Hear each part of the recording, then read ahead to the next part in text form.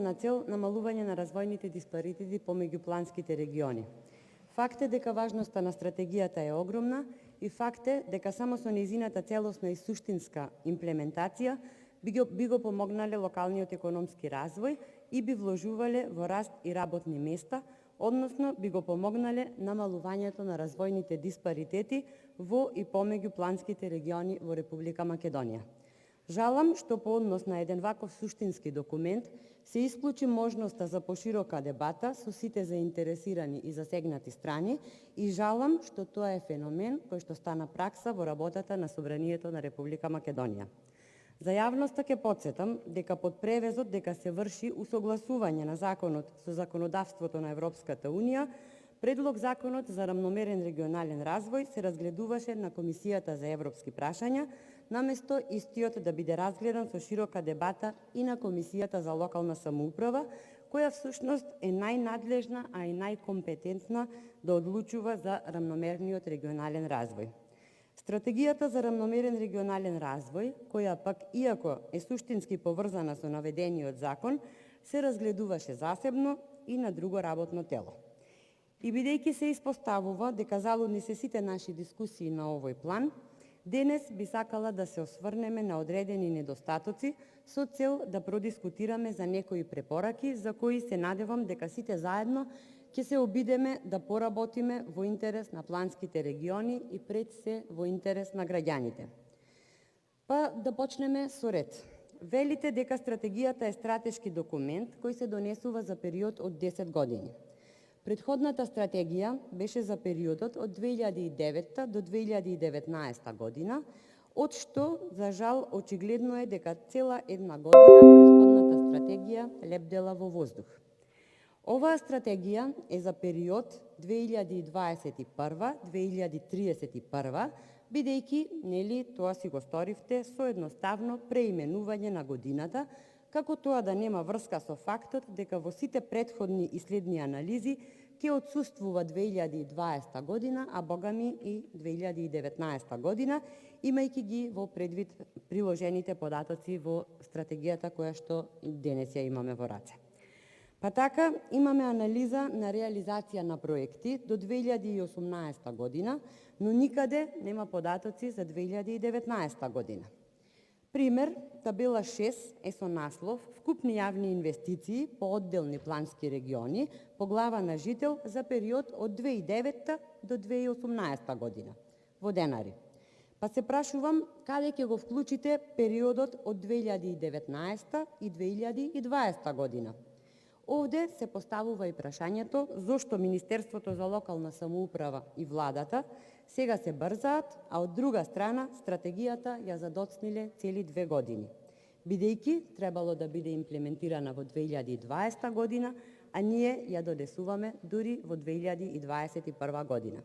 Тоа е таа нефункционалност и неажурност на институциите на која константно предупредуваме и која мора веќе еднаш да престане. Табела 9 е со наслов "Приходи по глава на жител согласно седиштето на единиците на локалната самоуправа за период од 2013 до 2019 година" и дополнително тука наведувате податоци за само 6 месеци. Ова, повторно ќе кажам, е таа ваша неажурност и незаинтересираност. Сте имале доволно време да добиете податоци и за 2019 и за 2020 година, за врз основа на квалитетни и целосни податоци да ја креираме денешната стратегија за рамномерен регионален развој, за која секако денес ќе се фалите дека е суштински, стратешки, динамичен и не знам уште каков документ. Но, почитувани колеги, суштински и стратешки документ се носи со сериозен пристап, а не избрзано и колку да се стави на хартија, која пак понатаму ќе нема апсолутно никаква употребна вредност. Во делот 4 насловен "Визија, стратешки цели, приоритети и мерки на стратегијата за регионален развој", можам да констатирам дека да, стратегијата покажува визионерски модел, но отсуствуваат алатки и методологија за разработка со надлежните институции. Тоа значи дека стратегијата е дури и премногу визионерска, па ја добиваме без никаков рок, без никаква предвидливост за реализација. Сето тоа е апстрактно и замислено, и целата стратегија делува како генерален извештај за сработеното и идеи во некоја иднина, далечна или блиска, за можна реализација. Отсуството на посочени институции во чија надлежност се мерките, отсуството на динамика до кога да се очекува реализацијата или пак кои се факторите за можна нереализација или изворите на приходи, алудира на она што ние го нарекуваме убави зборови на хартија, а вие, почитувани колеги од мнозинството, го нарекувате со најкраткиот збор ке. И што е најстрашно, никаде не се наведени клучните проблеми кои ќе се појават при реализацијата, а тоа се имотно-правно уредено земјиште за реализација на инфраструктурни проекти, потреба за буџет или износ на потребни средства. Ме плаши и фактот што никаде не е наведен пописот, барем како мерка или алатка од која ќе зависи реализацијата. Кога сме кај делот финансирање, вреди да се напомене дека велите годишно се издвојуваат средства во висина од најмалку 1% од бруто домашниот производ преку Министерството за локална самоуправа, но одредени податоци, иако не потврдени, говорат дека воопшто не се исплаќаат овие средства, па би ве замолила слободно да ме демантирате доколку сметате дека оваа информација ми е неточна. Јас ве замолувам да бидеме сериозни и да им дадеме шанса на младите, градејќи им поволен економски амбиент, а оваа стратегија мора да биде солидна основа за тоа. Да се осврнам и на суштината. Како советник и поранешен вработен во администрација сум имала можност да се запознам со работата на планските региони, обуките кои што ги пружаат истите и можам да ги пофалам за нивната работа, но за приказната да има среќен крај, тие имаат потреба од институционална поддршка, односно со еден збор нештата мора да се сменат за приказната наречена стратегија за рамномерен регионален развој да има среќен крај. Ќе одам чекор по чекор и покрај ентузијазмот и интересот, кој сум била очевидец дека постои кај луѓето што ги водат планските региони, потребен е нов модел за анимирање на јавноста, за интересираните страни, јавните предпријатија, предпријатијата основани од државата. На сите нив буквално потребно им е буцкање за да се вклучат и да аплицираат со проекти. За таа цел ни е потребна мотивирана администрација и тука е нашиот најголем проблем. Јас знам дека имаме и квалитетни административци, но кога на крајот на денот за истата работа и неработа се добива истата плата, оние кои имаат капацитет и сакаат да придонесат, може би еднаш-два пати ќе се потрудат, но кога ќе се споредат со останатите колеги кои не работат, тој елан ќе спадне. Затоа ни пропаѓаат европските пари и сметам дека сите заедно треба да се заложиме оваа пракса да престане.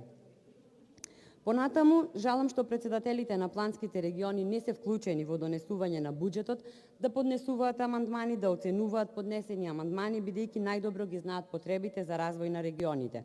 За жал, ова не е случај и се отвара дилема дали работат како што треба и дали се доволно ажурни во својата работа. Отворена ми остана дилемата и дали она што беше наведено во Законот за рамномерен регионален развој, а велеше се предлага воведување на нова програма за намалување на диспаритетите меѓу и во рамките на планските региони, изголемување на регионалната конкурентност, значи дека веќе е воведена програмата која се предлага, и ако е воведена, треба граѓаните да ја имаат на увид или ова да не остане на познатото ке. Молам за расчистување на овие дилеми, бидејќи денес е денот во кој мора да сме начисто и пред себе, но најмногу пред граѓаните. За крај, сметам дека министерот за локална самоуправа има преголема моќ, која во нашата пракса секогаш резултира со нетранспарентен, нечесен, селективен и корумпиран избор на проекти. Овде сметам дека треба да има и член кој ќе контролира дали има местенки, непотизам, судир на интереси и други девијантни појави кои пречесто се случуваат во оваа наша земја кога станува збор за избор и оцена на проекти. Да бидам искрена, се радувам што со предлог амандман успеавме како пратеничка група да влијаеме врз поттикнувањето на реалното намалување на диспаритетите меѓу развиените и помалку развиените подрачја, затоа што сме свесни дека нерамномерниот развој во голема мера влијае врз миграцијата на населението од остатокот на државата во Скопје, зашто сме убедени дека е погубно за просперитетот на останатите делови. Само една секунда. Од таа причина апелирам за доследно имплементирање на стратегијата, тековно отстранување на недостатоците, а се со цел правилен и реален регионален развој и јакнење на конкурентноста на секое делче од нашата најубава Македонија. Македонија го заслужува тоа, граѓаните уште повеќе. Ви благодарам.